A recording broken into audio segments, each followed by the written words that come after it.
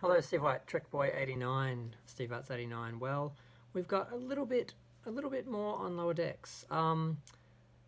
They released a poster, and there was basically like a press brief or an article on one of the Star Trek sites, one of the official ones.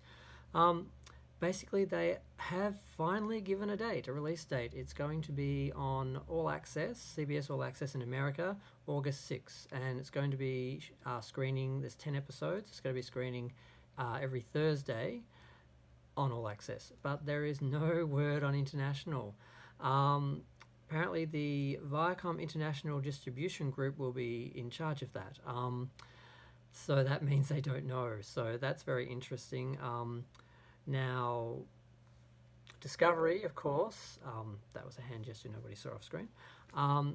Discovery was bought and paid for by Netflix, and they tried to get out of it later because they didn't get what they ordered. So they didn't take up Picard. Picard went to Amazon, who apparently wasn't happy with what they got and the reception either. So no one has picked this up yet. So it doesn't have an international distributor yet. Now, it doesn't mean it won't get one, but it looks like Netflix and Amazon declined. Otherwise, well, Amazon, if they had picked it up in place of Netflix, that would be announced by now because they're already involved.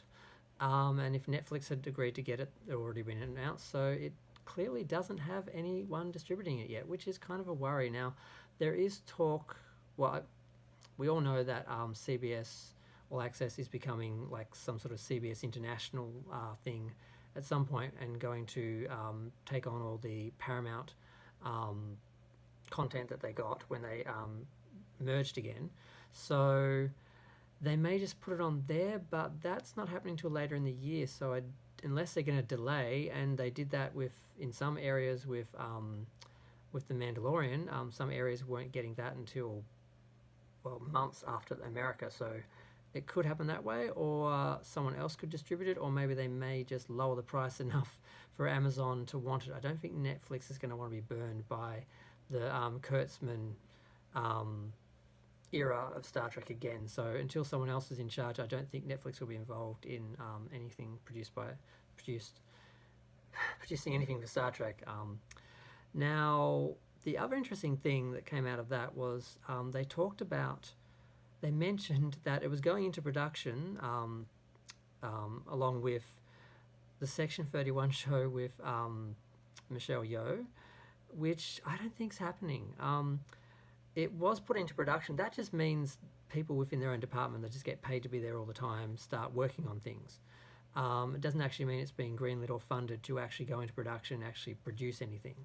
So it's sort of been in production, in theory, in production, or in pre-production, sorry, for ages, and nothing's happening because I don't think anyone cares. I think Michelle Yeoh has worked out it's not happening, and or at least she's moved on with other projects. She couldn't wait. And I'm guessing they're going to focus their energies on Strange New Worlds, since that's what the fans are actually asking for and actually want. No one wants Section 31 except people who hate Star Trek and have watched Discovery not knowing what Star Trek is or not being Star Trek fans, and want something that is anti-Star Trek and anti-heroes and nihilistic and dystopian and all the things that's going to be wrong with this series, unless it's some sort of redemption series where Michelle Yeoh's character is redeemed within the Star Trek universe, which is basically maintained. That's the only way it can sort of function, I guess, in the Star Trek universe and be a worthwhile series.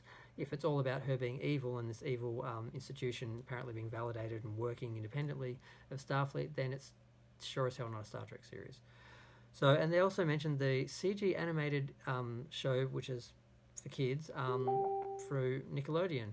Now that they were going to call that Prodigy, and that sort of was the fans discovered that, but they're not calling it Prodigy now. So that whether that means they've changed the name, or they just are annoyed that it was found out and they're not sort of tipping the hat to the fact that we've already worked out the name yet, and they're still giving it no name.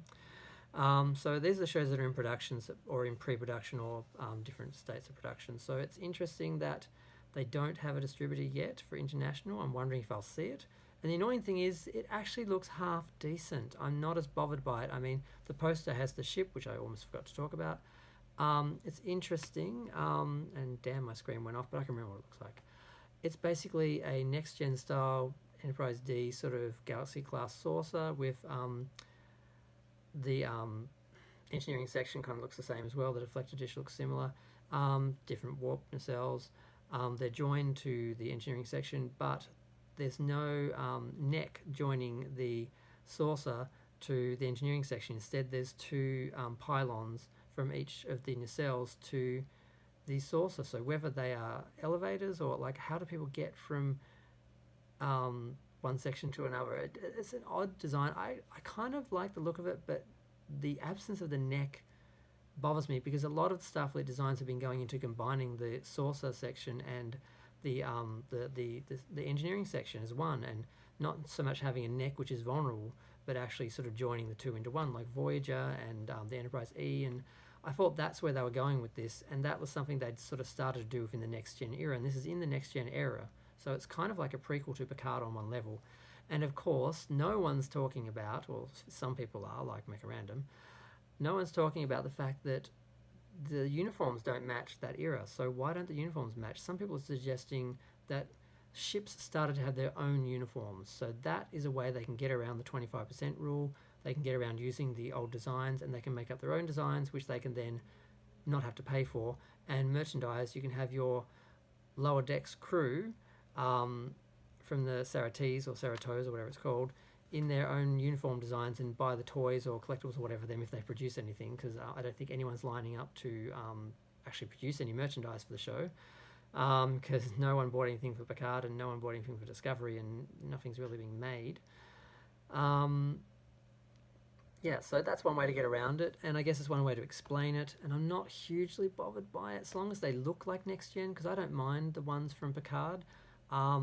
It seems like a logical progression of uniform. It doesn't look out of place to me when I see it. It looks like next gen, unlike Discovery, which looks nothing like Star Trek, which was the point, was to make it look nothing like Star Trek.